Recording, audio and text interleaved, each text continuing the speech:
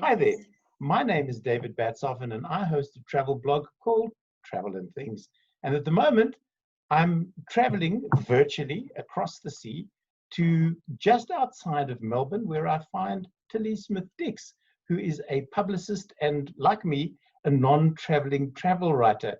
And would you believe that although we have communicated over the years, this is the very first time that not only are we actually seeing each other, but we are actually talking to each other rather than emailing. Tilly, how are you? I'm great. Oh, and it is just so lovely to be speaking to you, Finally. finally, and to hear that accent. And, there's no, it's still home, but I think South Africans can sort of adjust anywhere. I think we're pretty mutable. But when you speak to people back home, it still warms the cockles of the heart. What made you go to Australia, if I could ask? Opportunity. But little did you know that lockdown was going to follow. Well, I've Years been here later, for 5.5 years yeah. now. And, it was planned. Mm. And a lot of homework was done, and traveling backwards and forwards to decide, and also to decide where to live. Okay, because you mentioned to me just before we hit record that you're in the Yarra Valley, and the only way I know about the Yarra Valley is because of MasterChef Australia, because it's a wine region, and they end up cooking on a farm of some description, normally at some stage during the series. Absolutely, yes. And the wine is delicious. My origins are in the Cape of South Africa, so somehow it makes sense that I end up in a wine region. But now, I've always seen the word publicist attached to movie stars and celebrities. Ask my publicist. And I've never quite understood what it is that a publicist does. Is it the same as that old ubiquitous, sometimes we love them, sometimes we hate them, public relations people? Absolutely. My origins were in public relations. Right. And my forte was creative writing. And I started off in the performing arts, where I really did work with artists. And but in those days, I was just the assistant publicist. There is such a thing. I was just the lackey, yes. And in those days, it was at the old Nico Milan Opera House. Mm-hmm. We had to be able to do everything. You weren't just a publicist; you were a Girl Friday as well. Right. You had to be able to do everything.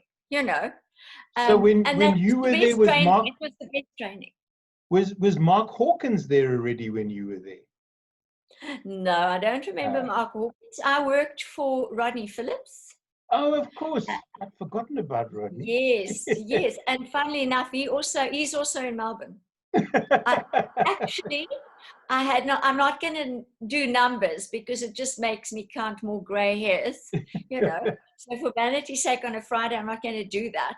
But I made contact with him after all these years on LinkedIn. Am I allowed to say that? Yes, you are.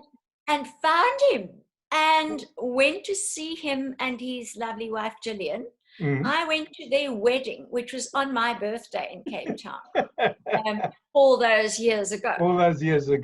And we reminisced. In fact, I think I talked so much, they were probably happy to see the back of me because we had so many memories to share. Poor Gillian. She had to listen to Rodney and I reminisce about people that she would probably rather forget. So, yeah. So when so that was my background. And that's how I started dealing with press. When does the book come out? You know what? No, I'm busy working on something, and I think a lot of people who are going to be very upset. So I'm going to have to do some name changing. And, and then probably write another one to be released, to be published once I'm gone.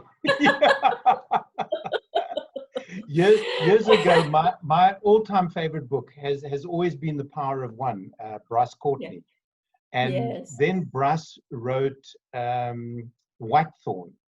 And I interviewed him after, when he came to South Africa on a tour. And he said to me that Whitethorn was the book that he couldn't write when he wrote The Power of One, which was interesting, but he's written it while he's alive. And then you go back and read The Power of One and you go, really? Yeah. Was it like that? I don't remember the book being that crass. But anyway, it's still one of my favorite. But I didn't get hold of you to talk about Bryce Courtney. I got hold of you to talk about Tilly. I don't mind. No. So how is it? I'm not always good at talking about myself, because I've been a publicist and in between for 10 years, I was a journalist and editor for my sins. It all happened by total default and I absolutely loved it, but the money was terrible. So after 10 years, I decided I was going to be a publicist and work on my own time and on my own turf. And that was great. And the writing never leaves you. No. It hangs around in the background, just waiting to be released, like a superpower. 3:00 in the morning when you have that call, when you have to do a little walk because you drink too much water and you wake up, there's still stuff churning around in your head. So there are always words playing together and trying to string themselves together. Years ago, and I'm sure. And there are some notes and a lot of ideas. But as I say, I've got to be very, very careful. You talk about words flowing around in your head. When I got my first commission to do press releases for a particular company, they said to me, this is what we need. And it was like 2 or 3. But I got carried away. And I must have sent them about 20 because I did all sorts of research on stuff they'd never asked me for. And eventually I got a phone call from the commissioning editor going, David, stop it already. We love your work, but we're not going to pay you for all the stuff that you keep sending us at 2:00 in the morning. Just written the 3 that we've asked for. Stop it. Just stop it. Well, the first press article I wrote, because, when you write a media release, you have so many words because, as you know, the press don't want to read a whole story. They just want to have a good teaser and then you can give them more information if they want it.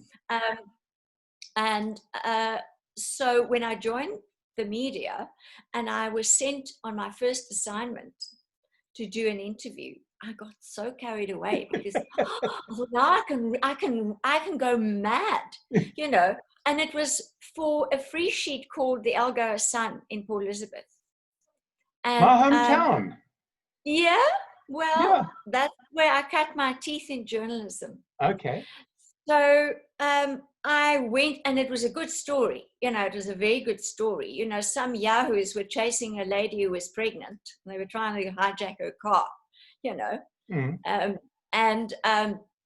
And she did manage to get away, but she was very brave, and it was a fantastic story.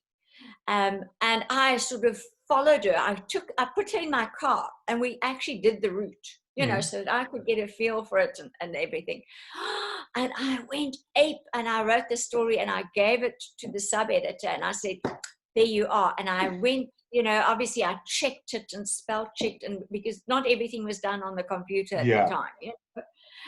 We actually had to be able to spell them. So I gave it to him, and he was quite a grumpy guy, because they never like the newbies, because, there's a bit of a snob thing, the old guard. And he looked at this and he said, hell. He said, I asked for a story, not a flippant book.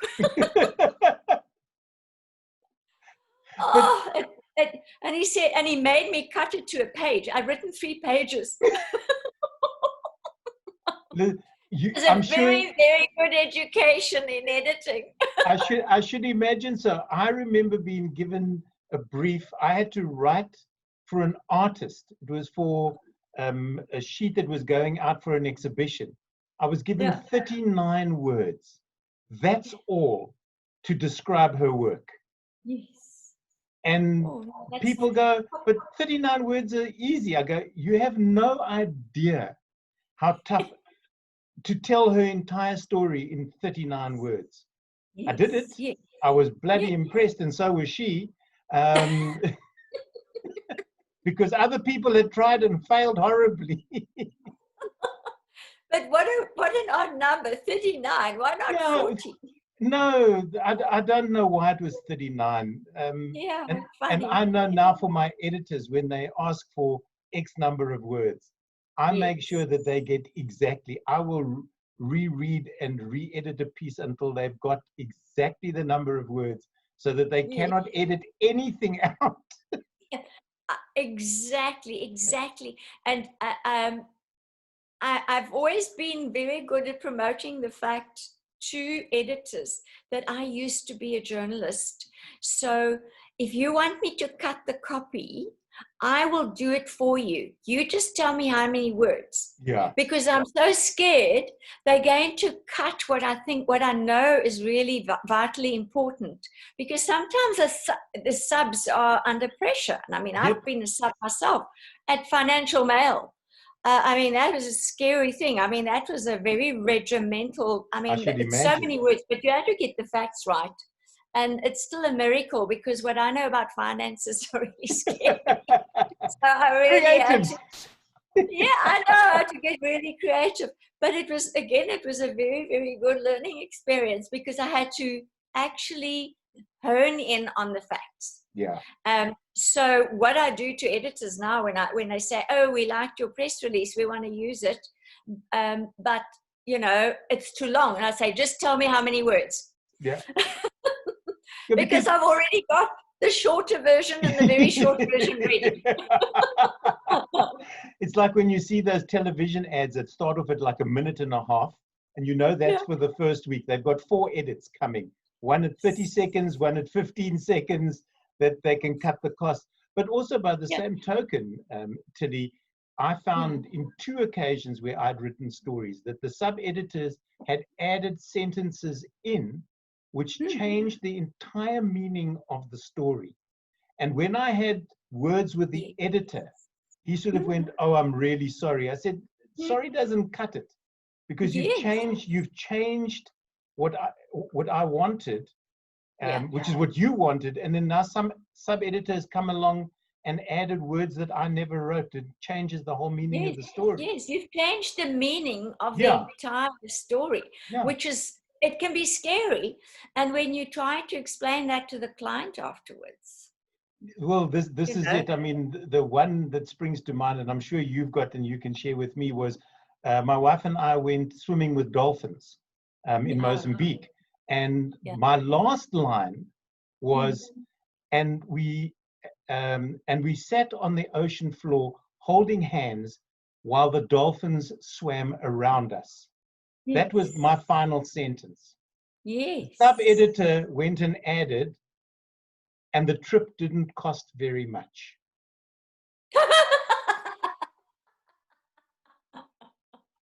How nice for the dolphins.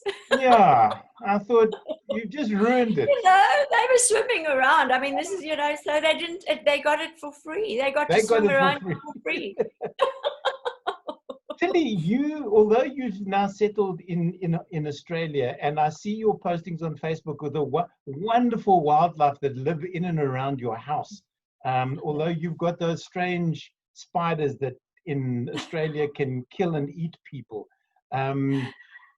you've still got South African clients.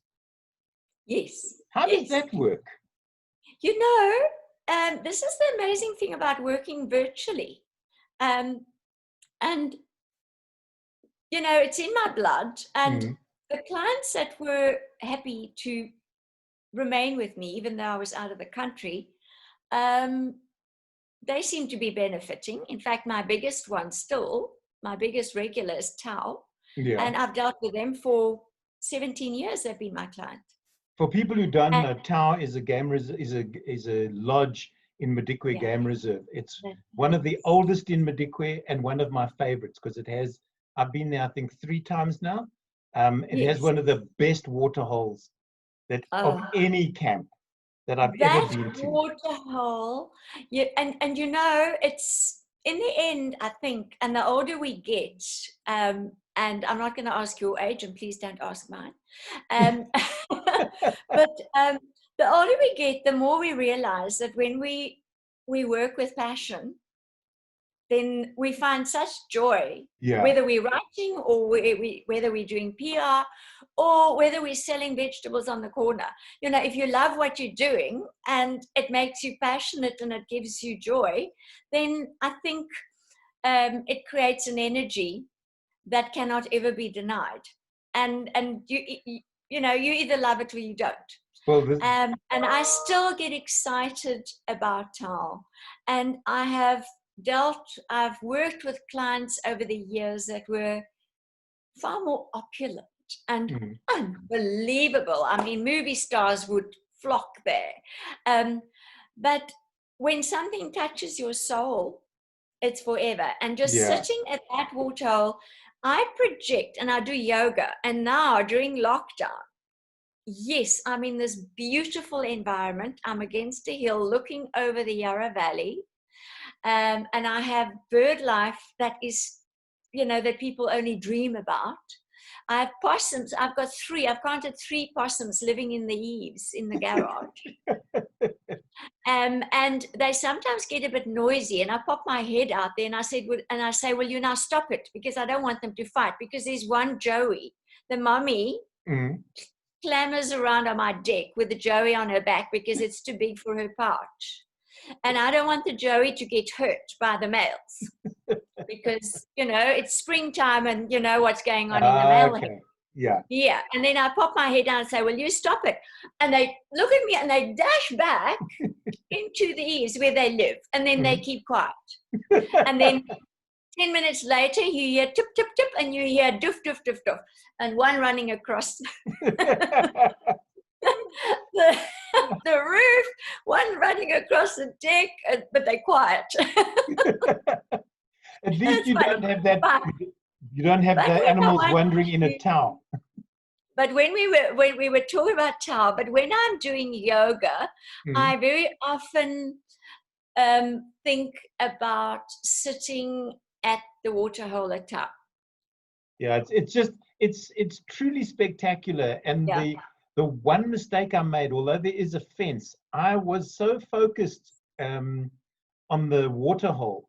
I was standing right up against the fence, and it was only, I don't know what, maybe a sixth sense. It said to me, look down.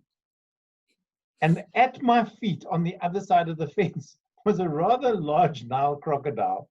I mean, it couldn't have bitten me because of the fence, but I was virtually standing on top of it. And I hadn't even noticed it. Well, you had a heck of a fright if he, because, I mean, if he bangs his tail against the fence. Yeah. And then, of course, you've got the ellies that love the fresh water at the top of the waterhole. Yes, yes. Oh, and that is my best. And I think why they're so calm there is because there'd been no hunting in the Medici Reserve for so many years. Yeah. They're not skittish. Because as you know, elephants apparently pass on their memories. So if there was hunting and some of their comrades were shot and hunted, they pass it on to their young.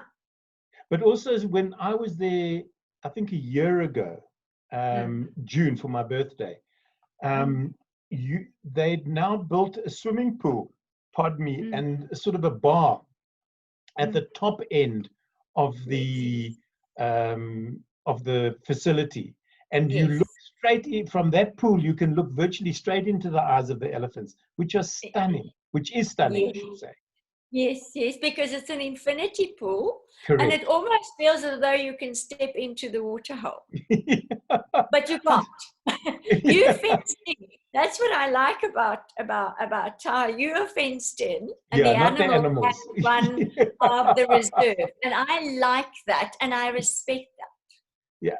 And aside from Tao, are you still working with Sandstone? I mean, is Sandstone going to happen next year? I don't think so. But they always say it's not going to happen. So for people who don't know And what we're talking about, over Tilly. all the years that I've looked after them, they'd say, no, we're not doing it again. But what they are doing are smaller events where Okay. corporates and people wanting weddings or special events can actually hire the facilities, and they will get a train sorted out for them, and they, and take it from there. So for people who don't know, just Mm, fill them in about what Sandstone. I mean, we're talking about it because we both know what it is. But for people who yes. don't, let's talk about Sandstone, what it used to be and what it is going to possibly be. Steam enthusiasts from Right. all over the world travel to the Stars of Sandstone every 2 years. They pre-book as they leave, then they will book their Mm. next visit. And they used to come from Germany, America, all over Europe, the UK, Australia, huge following. And a lot of them are steam enthusiasts, Mm. and they will give anything to get onto an old loco and get dirty and steamed up and haul coal. I thought it was quite bizarre because, I'm a bit of a princess, I suppose. I'm the one who wants to sit in the dining cart, sort of, the Agatha Christie party, Yeah. swigger, sort of a Gatsby scenario, Yeah, I hear what you say. Um, Yeah. and I just couldn't understand. And then once you get there and you see the vibe and you get the excitement of it, and it is such an incredible thing, and the passion that the it's a trust, it's Sandstone Trust, that Yeah. that the team has put into creating that unbelievable venue, because it's a working farm. It's Mm. a full-on production farm. Soy, sunflower, corn, you name it. And then Okay. they've got 27 kilometers Of of track. track You know, for steam. you talk about steam enthusiasts many, many years ago, when in a different lifetime, I lived Mm, in Noport in the Eastern Cape, and Noport at that particular point was the fourth largest railway junction in South Africa. And there was a yeah, workshop just outside the town, and yes, steam enthusiasts came there as well from all over the world just to stand and photograph trains and parts yes, of trains. And I yeah, learned an inordinate amount about steam trains from them. That, and they're like birders in a way. They will yes, they will wait patiently to see a B-15 trundle past, or whatever their yes, their engine of choice is. yes, And they leap up and down when they go past. And as you say, yes, if they can get yeah, into it and get dirty, they are as happy as Larry. absolutely. It is just, and there's a romance to steam. Mm. That diesel I mean, I doesn't don't have. work with Rovos, but I've been on Rovos Rail as a guest, which was unbelievable. And they actually make a stop at Tau on their Oh. way. Yes, because and then they travel through, I think, Botswana on Mm. their way to the Vic Falls.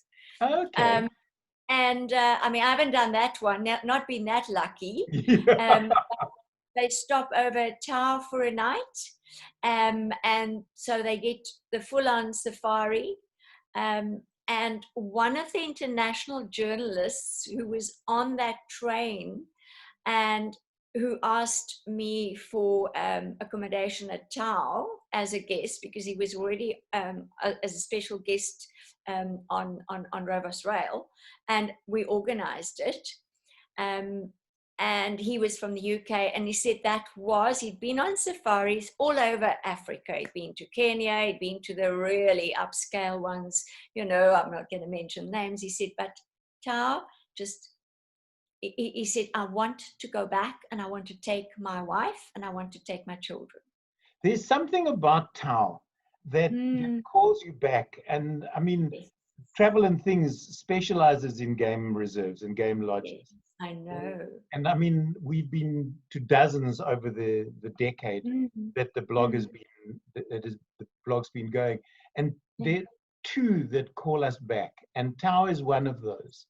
And it's a biggish lodge. You know, I mean, we've been to lodges that only accommodate 8 people. Yes. Which is in fact where we're going to shortly. But Tao is a big lodge, but it doesn't feel big. It still feels like it's an intimate space. And even after their fire, they've rebuilt the public areas so spectacularly that if you didn't know that there'd been a fire, you would not be any the wiser as to, when you walk in there, what has occurred prior to you arriving. Well, you know, that whole sort of tented safari style that they have refurbished it with, that was supposed to be temporary.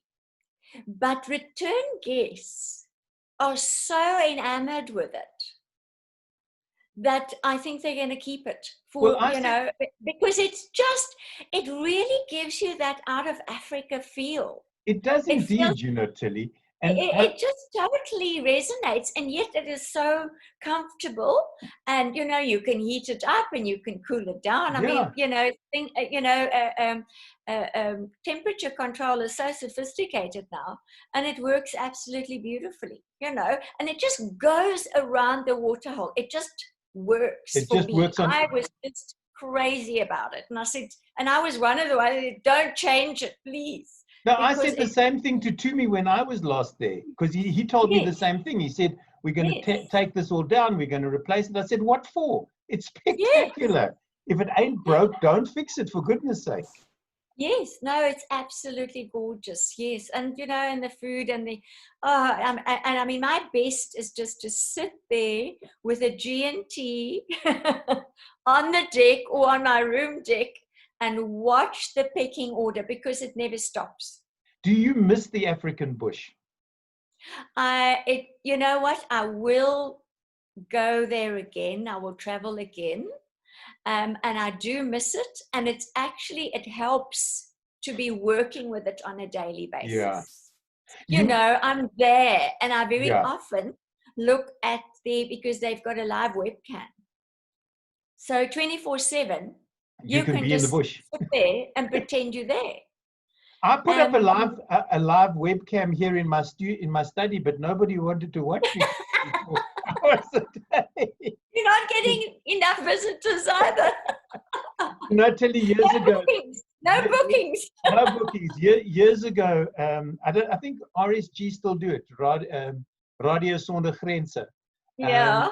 They put in a camera in the studio, but from midnight to like 6 a.m., there was nobody. It was on automatic. So the camera ran, and it became Radio Sonder Mensa, because people for 6 hours watched absolutely nothing.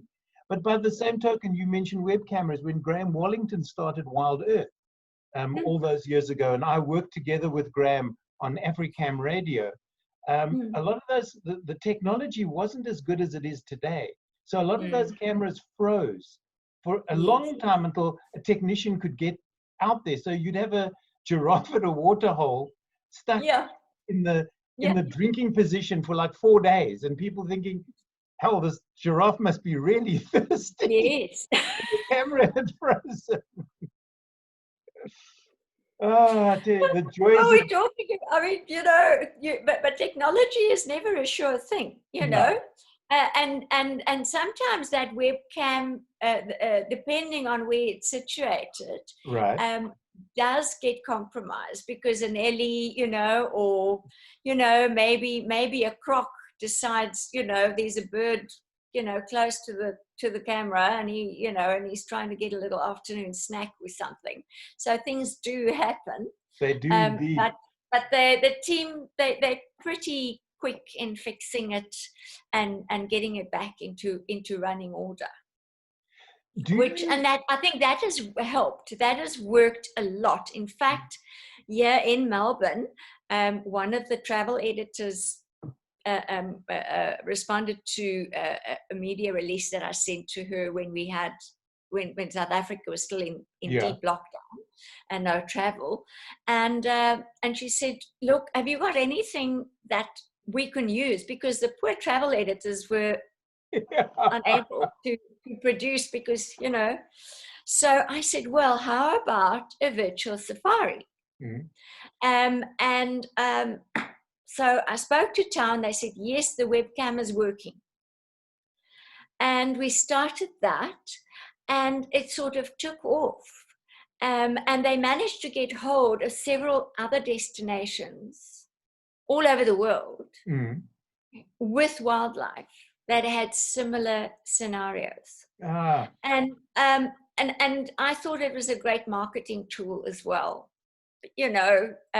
because even though the lodges weren't making any money, I'm watching a virtual safari like that. The first thing I want to do when lockdown is over and I need to get rid of my cabin fever is to book a trip to go to that very place that and have my GP there for real, Not a virtual, you have to pour your own in your own house while watching somebody else's wildlife. I like to pour mine. Well, now, and I know that Melbourne is still in level 4 lockdown because of a second wave there, and purportedly within a short space of time here in South Africa, level 1 may be achieved. But at level 2, people are starting to travel again.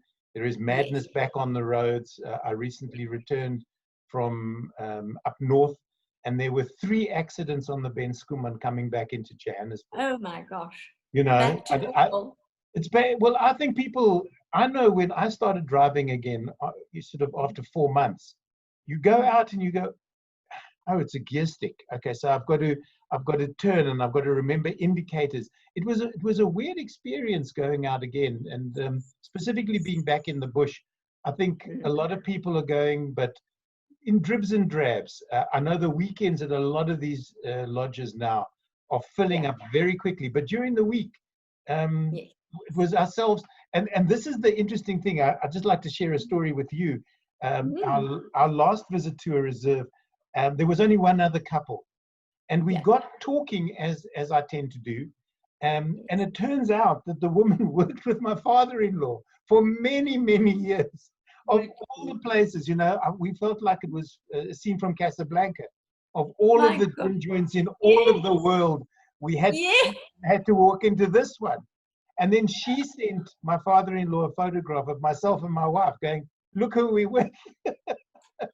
Isn't it incredible? Yeah. But traveling brings like-minded people together. Yeah. And that is the beauty of it. But also, Tilly, I find that game lodges, even now with lockdown and wearing masks and social distancing and all that type of thing, game reserves are different from hotels. Hotels, you go to your room, maybe you go to a meal in the dining room. You don't interact with anybody because your experience outside of the hotel is totally different. Whereas in a lodge, your experience is similar. You may not be on the same vehicle, but you're traversing similar roads. You come back at dinner, everybody's going, oh, did you see? Did I see? Did we see? And there's a bond.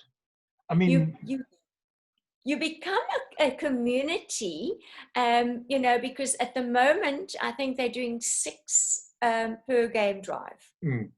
6 guests per game drive because of social distancing and, masks and, everything has to be adhered to. So the group's smaller on the vehicle, which is great. Yeah. And then when you have dinner, obviously everybody is distanced and, is socially distant. But you can still interact. Yes, you can. And that is, you form your little community, and then you hear the ranger and the group at the other table talking about their experience, and people just start to actually interact with other groups and say, oh, but we saw this. It becomes a bit of a brag book at dinner when you're eating with your ranger who's actually your official host. Yeah. You know, and he's the guy who unpacks the beautiful little picnic with your G&T or whatever your preferred tipple is, with your biltong and all your snackies when you stop, you know, for your little afternoon drive, and it becomes so interactive. It does indeed. And the next morning, you sit at breakfast, and it's like everybody knows everybody, you know, because of the interaction of the previous evening. Yeah. It unites people, and I've seen friendships form there, yeah, from across the globe.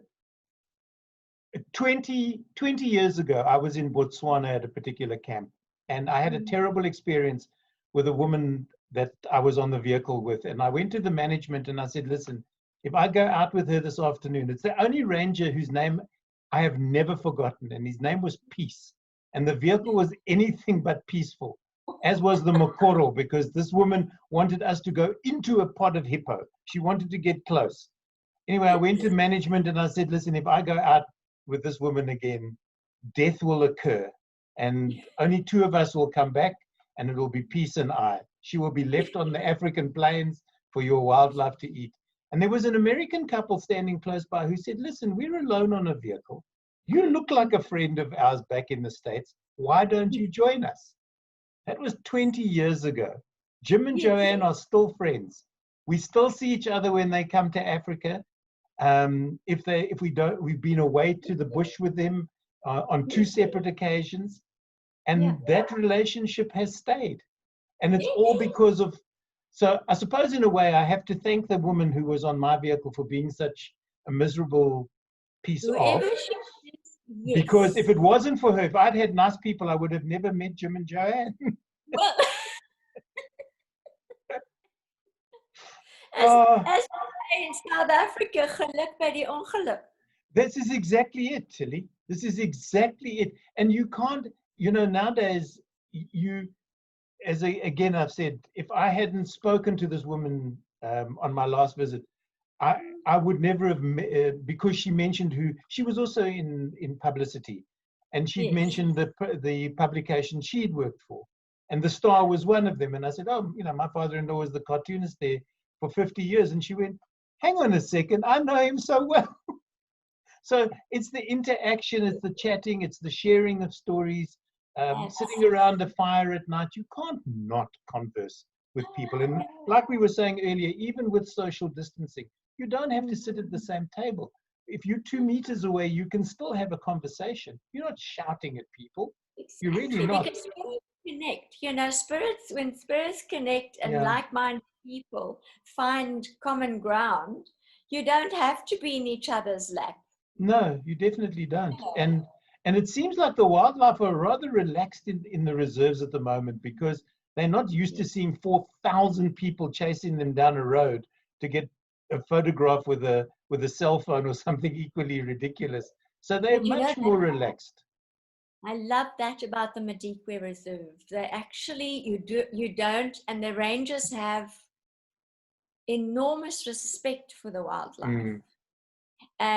So again, I'm not here to trash anybody, but I've been in reserves where you end up 10 vehicles. Yep, at a sighting. At a sighting, and you know, and it's a leopard and her cubs, and you just hear click, click, click, click, click, click, click, click, click, click. You know, Guilty and I as think, charged. if I was that kitty cat, But you, I might just lose it, because I'm here with my babies. So and in the Madikwe Reserve, they don't do that. They have respect. They keep their distance, and then as the 2 vehicles that are there move off, then another 2 will come in. And I've always admired that. It just makes me feel good, because we are on their turf. Yeah, we are indeed. But I have to share. Gifted to see them in their natural habitat. I have to share with you a story out of Tau that happened on our last trip. We stopped at an intersection not too far from Tau, and the ranger got off to have a look at a set of tracks. And he said, these are either hyena tracks or they could be cheetah tracks. The tracks are very similar. Okay. And I go, oh, so you mean the two cheetahs sitting on my side of the vehicle? The ranger, when he got off, hadn't looked onto the passenger side. He just climbed off. And I mean, cheetah will not attack. No. And the two boys were sitting right next to me, looking at me as if to say, shh, don't tell him. Let him talk about hyena tracks, and then you can bring up the fact that we're sitting right there. But what a wonderful thing to happen. And cheetahs are why you don't often see them. No, they're a little bit running when they're hunting, but they're not, you know, they're not prolific. They tend to stick to their own, you know, and they lie low. At the beginning of lockdown, and I've said this before on my Zoom chats, what kept me going, my lighthouse in March, was the fact that we had a visit planned to Madikwe, 3 camps in about 9 days. And that was what I was holding out for in March once lockdown started. 21 days, that's fine. And then, of course, it started rolling over. And I said to my wife, look, I don't want to phone the reserves. I don't want to phone the lodges. I'm assuming that by June, all will be well and we can get in the car and off we can go. And the last week of May, I got 3 emails from all 3 camps on the same day going, sorry for you, David, but not only are we closed, but the reserve is in lockdown. You can't get in or out. Yes. Yeah, the gates were closed. Yeah. And the only thing that they were attending to, obviously, was poaching. Yeah. As conservation, because and that has to be funded, and that's funded by tourism.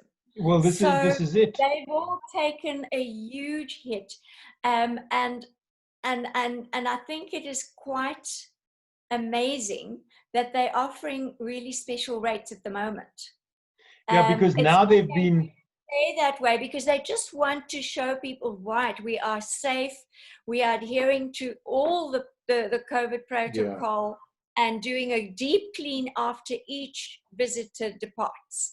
And, you know, obviously adhering to social distancing. So they cannot have a full lodge. They've got 30 rooms, but they cannot actually run a full hospitality, which is actually quite nice. And I know I shouldn't. Be careful what you wish for, Tilly. You've got all this space, you know, which is one, because that is one thing about the bush, is you appreciate the space. Can we just go back to your job? Let's leave Tower alone for a moment. Would you encourage people, youngsters, to go into publicity today? Or is there still a need for publicists, for the old public relations type person? Or is everything now done digitally? Yes, I think there is, but you know, it's almost going back to the old days. And I'm not aging myself, I am older. You know, you have to be able to do everything. And what I find, and I used to say, I'm never going to say this, you know, the youth of today, but there is a sense of the world owes us. And you know what? I'm sorry, you need to get over it, because the world owes you Zippo. Yeah. You owe the world, and you've got to prove yourself to the world. So learn everything. Learn to write a press release. Learn from old chooks like me, you know, people like you, David, you know, who've been in the business for most of your life. You know, go and be an intern for them and learn the ropes and learn to write, listen, and do not tell the press how they should do their job. And don't write like you're writing a WhatsApp message. Proper punctuation. worldwide, they have the same problem with youngsters coming into PR.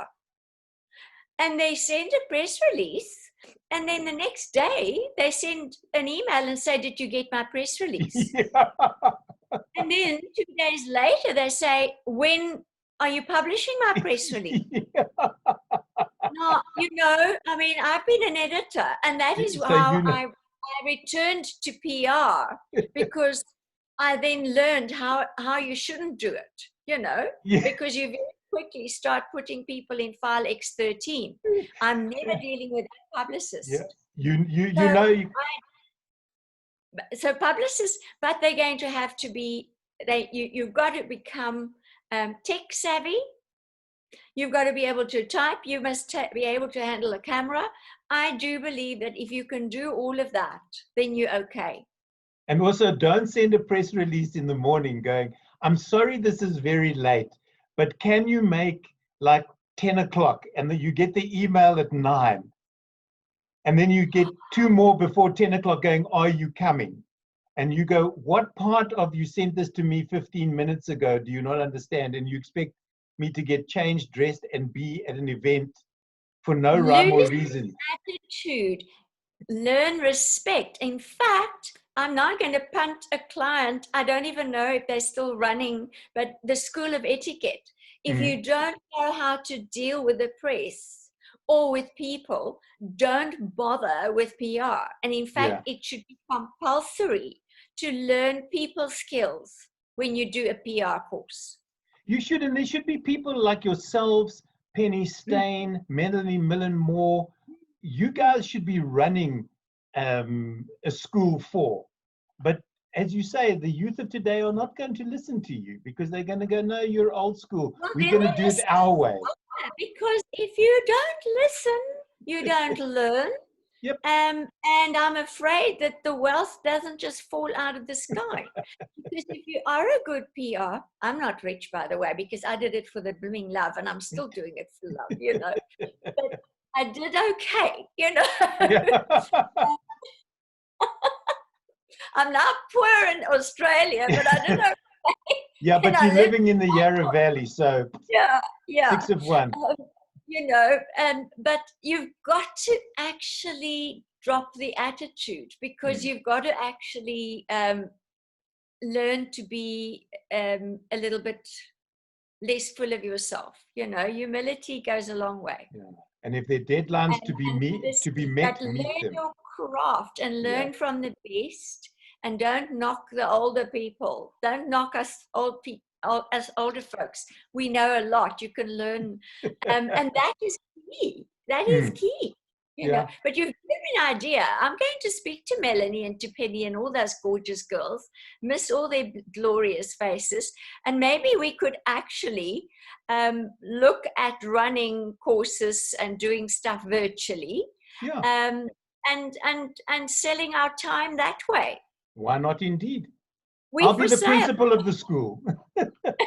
I want to be the headmaster. I want to wear one of those stupid mortarboard hats and a cloak that I can wander up and down looking like a superhero. Something from Hogwarts. No, I was just going to say, from Hogwarts, your little wanderer.